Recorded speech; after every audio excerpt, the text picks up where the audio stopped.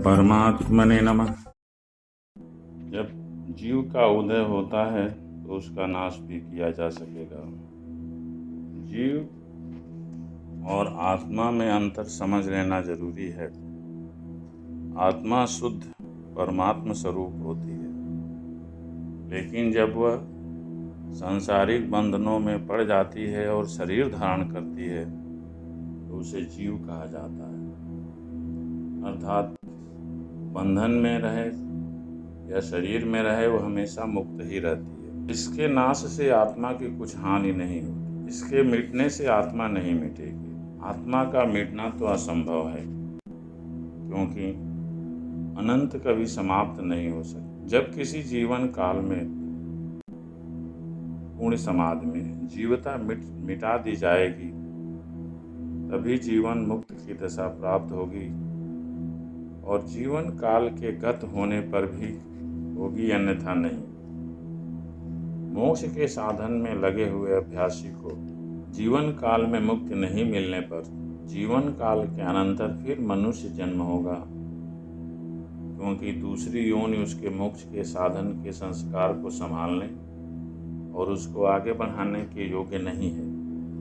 यह चीज अवश्य समझ लेनी चाहिए कि जो साधनारत है लेकिन अभी मुक्त नहीं हुआ है, और यदि शरीर छूट जाता है तो अगला शरीर उसे मनुष्य का ही मिलेगा, क्योंकि उसे अपनी अधूरी साधना को पूरा करना होगा। और दूसरी योनियां जो होती हैं, जो उसके ईश्वरीय संस्कार बने हुए हैं, उन्हें संभालने के योग्य नहीं होती हैं। इसलिए ईश्वर के तरफ बढ़ने के लिए, ईश्वरीय संस्कार को संभालने के लिए उसको मनुष्य का शरीर मिलना अवश्य हो जाता है। अतः जो साधनारत है, ईश्वर में लगा हुआ है, उसे अगला जन्म मनुष्य का ही मिलेगा, अपनी साधना को आगे बढ़ाने के लिए। इस प्रकार मुक्ति साधक बारंबार उत्तम मनुष्य जन्म पाकर अंत में सदा के लिए मोक्ष प्राप्त कर लेता है। ईश्वर में सृष्टि के आनंद का उदय जहाँ से हुआ, वहाँ उसका फिर लौट आना असंभव है, क्योंकि वह इच्छा रचना करती हुई उसमें जिधर को प्रभावित है उधर को काल के अंत तक प्रभावित होती हुई तथा रचना करती हुई चली जाएगी। परंतु अनंत का न अंत होगा और न फिर वह इच्छा वहां लौटेगी जहां से उसका प्रवाह हुआ था। इसलिए उस इच्छा के केंद्र में जो सूरत केंद्रित होगी, वह फिर रचना में उतरे, यह संभव नहीं है। और तब यह भी संभव नहीं है कि उस चेतन धारा के कारण प्रकृति के जिस अंश की स्थिति पहले हुई थी वह फिर से बने, उसकी स्थिति से आत्मा का जो अंश आवरणित था वह फिर आवरण सहित हो, और त्रय संग से पूर्व जीवन का पुनरोदय हो। जिस मुक्ति का इसमें वर्णन हुआ है वही असली मुक्ति है। उसके अतिरिक्त और प्रकार की मुक्ति केवल कहने मात्र की है, वास्तव में नहीं है। जब सब आवरण को पार कर लिया जाता है तब ईश्वर मिलेंगे। बिना पार किए न ईश्वर मिलेंगे और न मुक्ति मिलेगी। इसलिए दोनों फलों को प्राप्त करने का एक ही साधन है, ईश्वर भक्ति का साधन या मुक्ति का साधन, दोनों एक ही बात है। तुलसीकृत रामायण में तुलसीदास जी ने लिखा है, जिमि थल बिनु जल रही न सकाई, कोटि भांति को करे उपाई, तथा मोक्ष सुख सुन खगराई, रही न सकई हरि भगत बिहाई। अर्थात जैसे स्थल के बिना जल नहीं रह सकता, अनेकों उपाय किया जाए, क्योंकि थल उसे आधार देता है, तथा मोक्ष का सुख भक्ति के बिना नहीं आ सकता।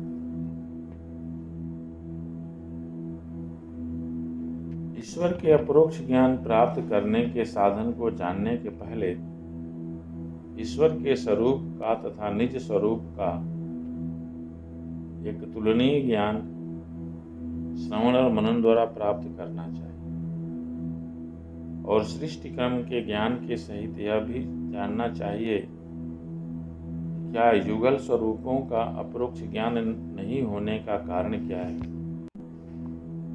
परम प्रभु के स्वरूप का श्रवण और मनन ज्ञान प्राप्त कर लेने पर यह निश्चित हो जाएगा कि हमें प्राप्त क्या करना है। क्षेत्र सहित क्षेत्रज्ञ अर्थात शरीर के साथ ईश्वर उसको प्राप्त कर सकेगा या केवल क्षेत्रज्ञ ही उसे प्राप्त करेगा, तथा इसके लिए बाहर में व अंतर में किस ओर अभ्यास करना चाहिए, यह बात निश्चित हो जाती है तथा अनावश्यक जो भटकाव होता है वो समाप्त हो जाता है। अपने स्वरूप के वैसे ही ज्ञान से यह स्थिर हो जाएगा कि मैं उसे प्राप्त करने योग्य हूँ या नहीं। सृष्टि क्रम के विकास का तथा ईश्वर और निज स्वरूप का अपरोक्ष ज्ञान नहीं होने के कारण की जानकारियों से उस आधार का पता लगा सकेगा जिसके आलम्ब से सृष्टि व कारण रूप आवरण से पार जाकर ईश्वर से मिलन तथा उसके अपरोक्ष ज्ञान का होना परम संभव हो जाएगा। इसके लिए उपनिषदों को या संत वाणी को ढूंढा जाए या इसे तर्क बुद्धि से निश्चित किया जाए, फिर यही होगा कि ईश्वर का स्वरूप अव्यक्त, इंद्रियातीत, आदि अंत रहित, अज, अविनाशी, देश कालातीत, सर्वगत तथा सर्वपर है। जैसे घटाकाश महदाकाश का अंश है, इसी तरह निज स्वरूप भी परम प्रभु सर्वेश्वर का अंश है। घटाकाश घड़े के अंदर का आकाश और महदाकाश सारा स्थान। समुद्र में जैसे घड़े में पानी भरा हो तो वह वास्तव में समुद्र का ही जल होता है। तत्व रूप में दोनों एक ही हैं, पर परम प्रभु आवरण से आवरणित नहीं, किंतु जो आत्मा स्वरूप है वह आवरणित है। सगुण अपरा प्रकृति के महाकारण, कारण सूक्ष्म और स्थूल, इन चारों आवरणों से आवरणित रहने के कारण दोनों स्वरूपों का अपरोक्ष ज्ञान नहीं हो पाता। अर्थात आत्मा तो जीव के रूप में अपरा प्रकृति के महाकारण, कारण सूक्ष्म और स्थूल, इन आवरणों से ढकी रहती, पर ईश्वर के अंदर यह नहीं रहता। जब ईश्वर में सृष्टि की इच्छा होती है तभी सृष्टि उपजती है।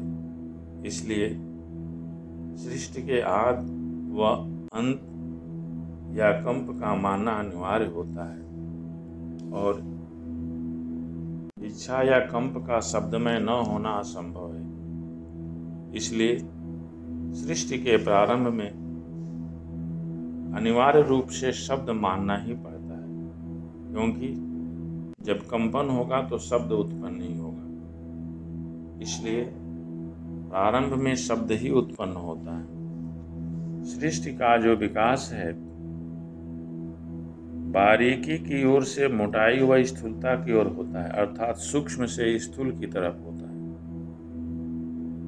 सृष्टि के जिस प्रकार के आवरण में हम लोग हैं उस स्थूल कहलाता है।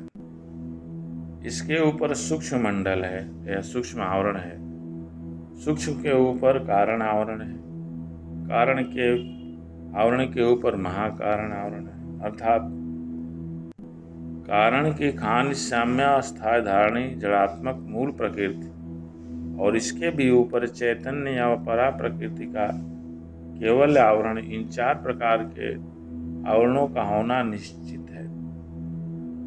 इसलिए स्थूल आवरण के सहित सृष्टि के 5 आवरण स्पष्ट रूप से जानने में आते हैं, अर्थात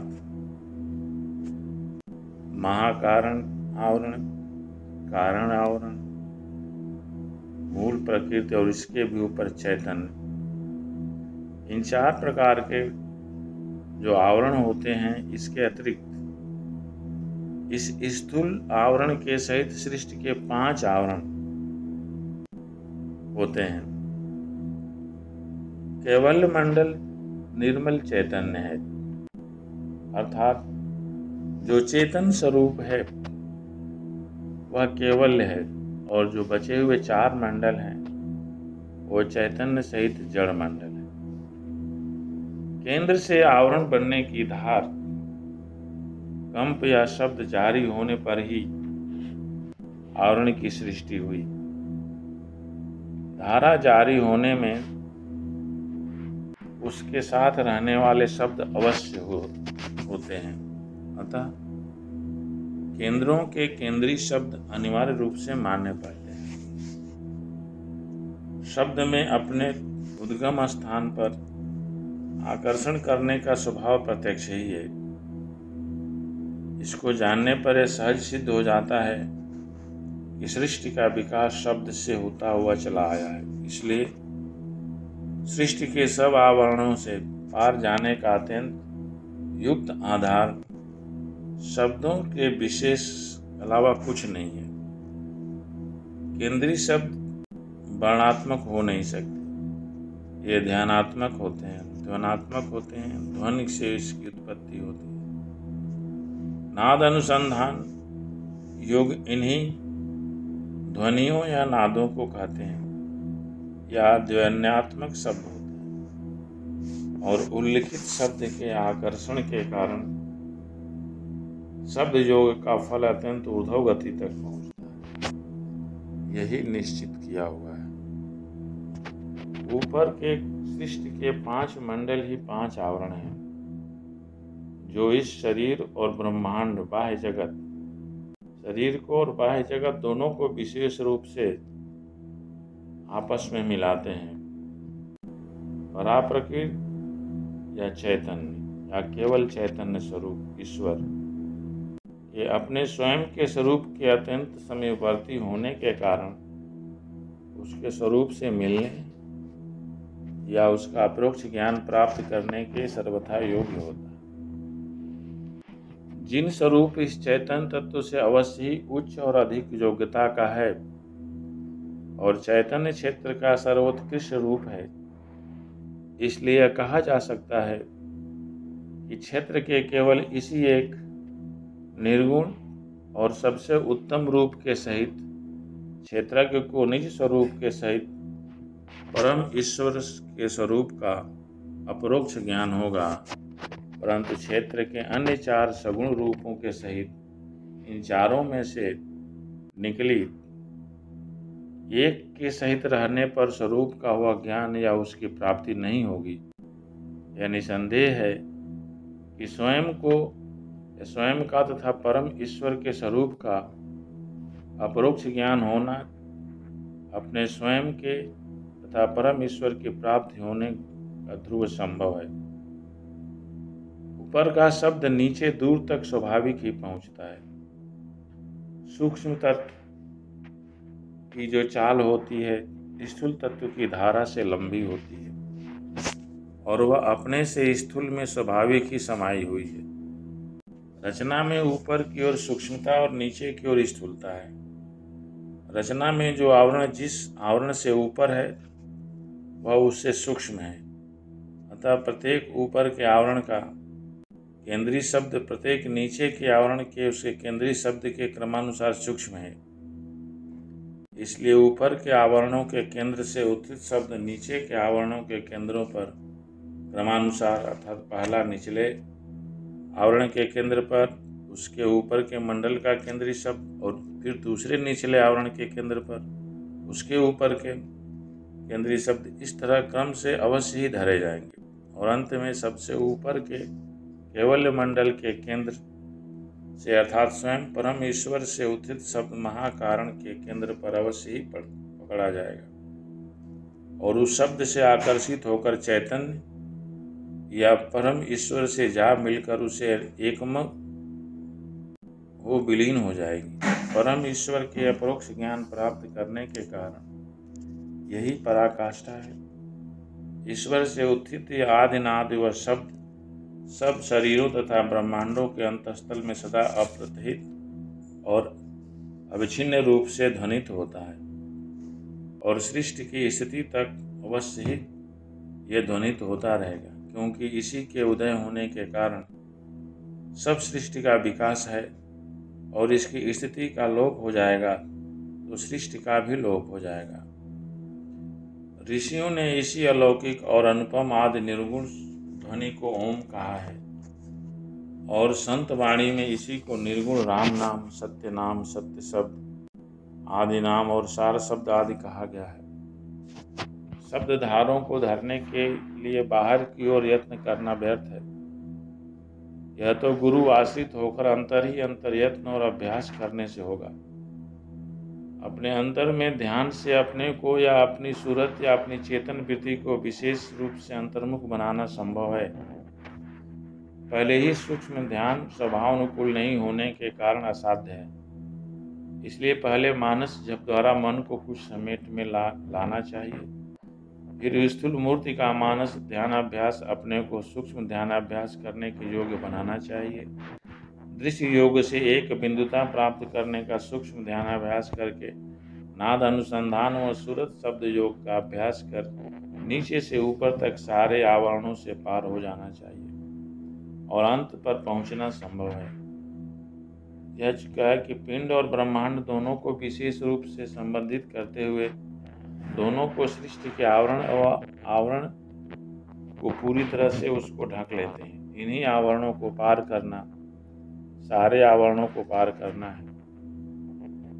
कथनानुसार विशेष संबंध इसमें यह है कि पिंड के जिस आवरण में जो रहेगा, बाहर के ब्रह्मांड के उसी आवरण में वह रहेगा और पिंड के जिस आवरण को वह सब आवरणों को जो पार करेगा, ब्रह्मांड के उसी आवरण को पार कर गया।